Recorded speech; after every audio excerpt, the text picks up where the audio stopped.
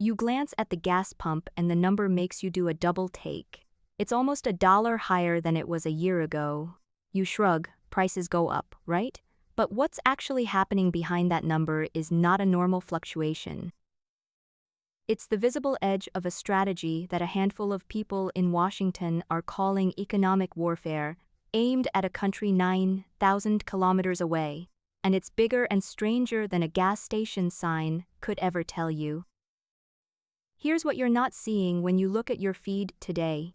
You're seeing headlines about tariffs, sanctions, warships, and angry statements. What you're not seeing is the plan underneath all of it, because this isn't a war being fought only with missiles anymore. It's a war being fought with spreadsheets, shipping routes, and bank accounts. And whether you follow foreign policy closely or not at all, you're already standing inside its blast radius every time you fill up your car. So let's go back to the beginning of this particular chapter. For months, the United States and Iran have been locked in a standoff that started as direct military conflict and has slowly shifted into something quieter, but arguably more consequential. In the past week, U.S. Vice President J.D. Vance said publicly that the confrontation has entered what he called a new phase of economic pressure. Not a ceasefire, not an escalation into open combat, a pivot. Treasury Secretary Scott Bessent went even further on CNBC, promising what he described as the greatest coordinated economic isolation in the history of the world, with more details expected to follow. Read that phrase again. The greatest coordinated economic isolation in the history of the world. That's not a vague campaign promise. That's a specific claim about scale, and it tells you exactly how seriously this administration wants you to take what's coming. But what does economic isolation actually mean in practice?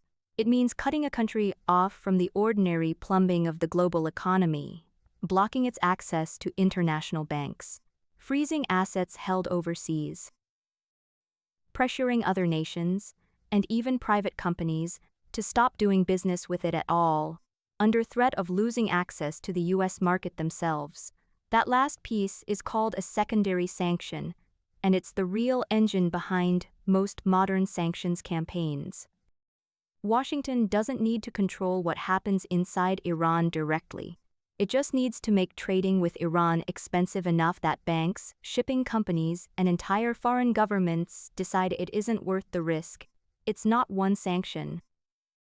It's layers of them, stacked on top of each other, designed to squeeze a government's ability to fund itself from every direction at once. This isn't actually new territory for U.S.-Iran relations.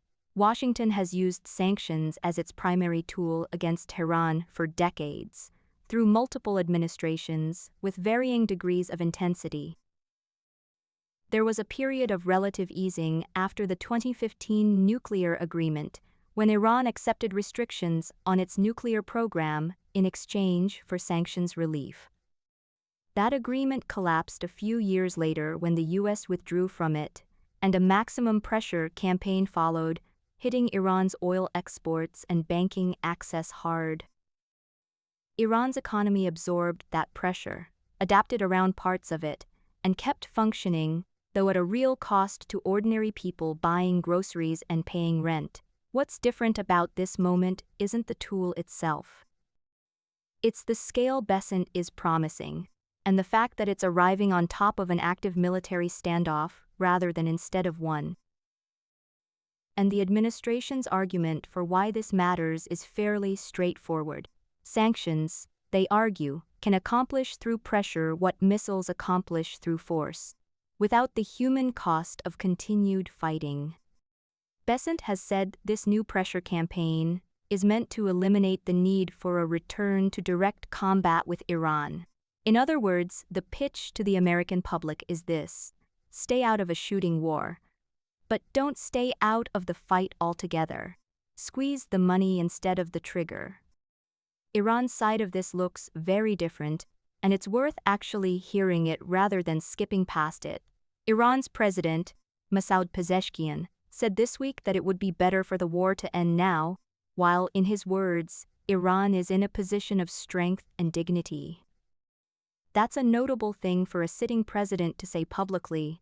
It's also almost certainly aimed at two audiences at once: his own population, who are living through the daily reality of rising prices and economic strain, and Washington, as a signal that Tehran isn't interested in letting this drag on indefinitely either.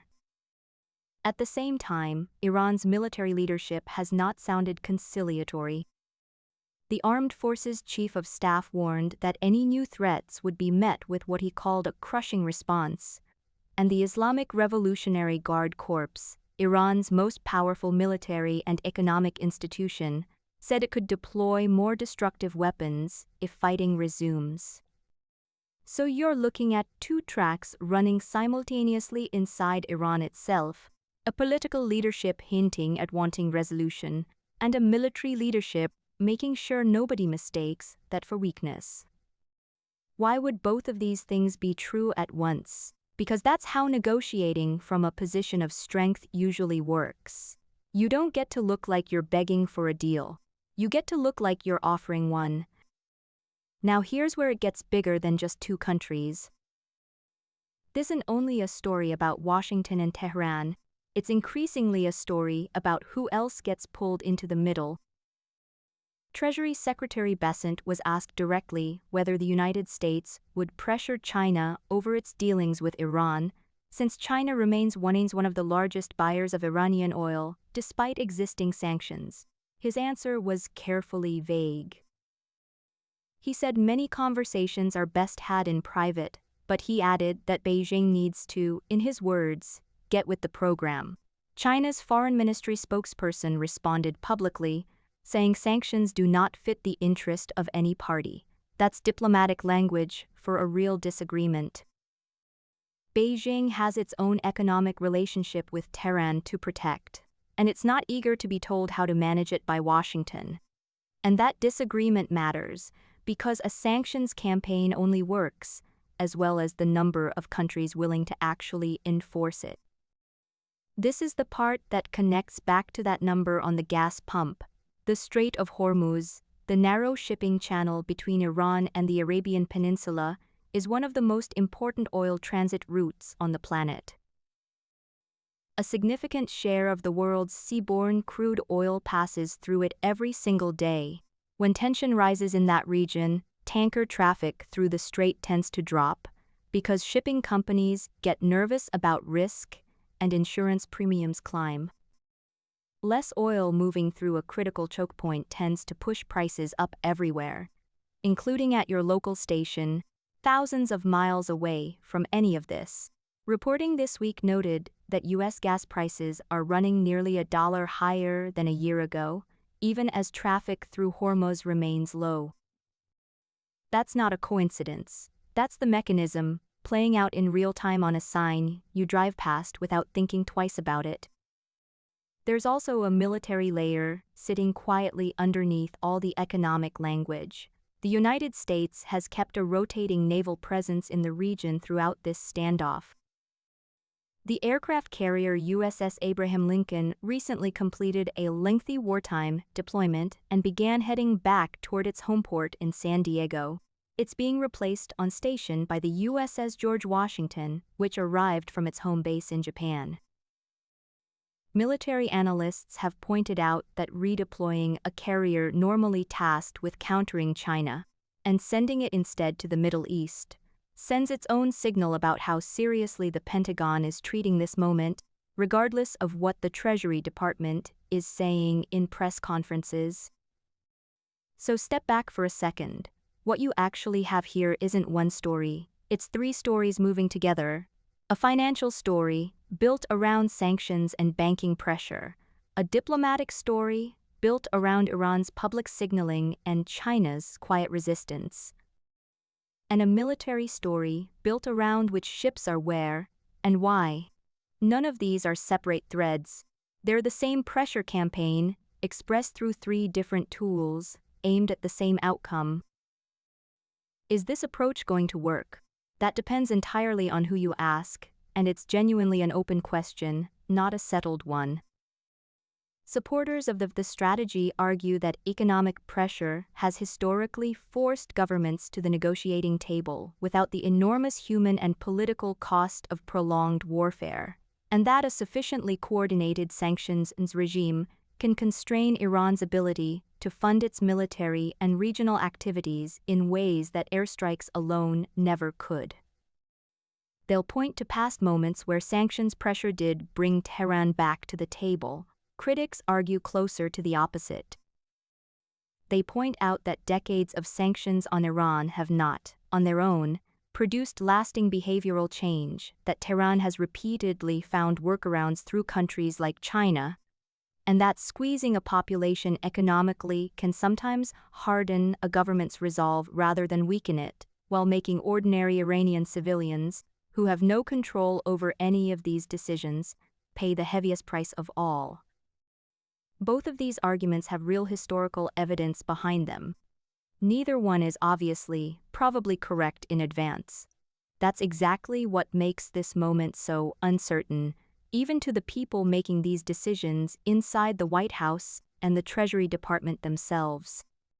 What does this actually mean for you, sitting here scrolling through a headline about it on a random afternoon? It means the price you pay to fill up your car isn't disconnected from foreign policy decisions made in rooms you'll never sit in. It means that a shipping lane you've probably never thought about twice is directly tied to your monthly budget, whether you've heard the words Strait of Hormuz before today or not. And it means that the next few weeks of announcements out of the Treasury Department, however dry and bureaucratic they might sound on the surface, are worth paying a little bit of attention to. Because they're not really about Iran alone. They're about how a war can change shape entirely without a single new shot being fired, and still reach directly into your daily life, one gas station visit at a time. None of this means you need to pick a side between an administration official's press conference and a state media quote from Tehran. It means understanding that both sides are performing for an audience, while a much slower, quieter mechanism grinds on underneath them, one measured in oil tankers, bank transfers, and shipping insurance rather than headlines. That mechanism doesn't care whether you were paying attention to it. It's already in your monthly budget either way. So the next time you pull up to a gas station and the number on the sign makes you do a double take, you'll know it was never really about the pump at all.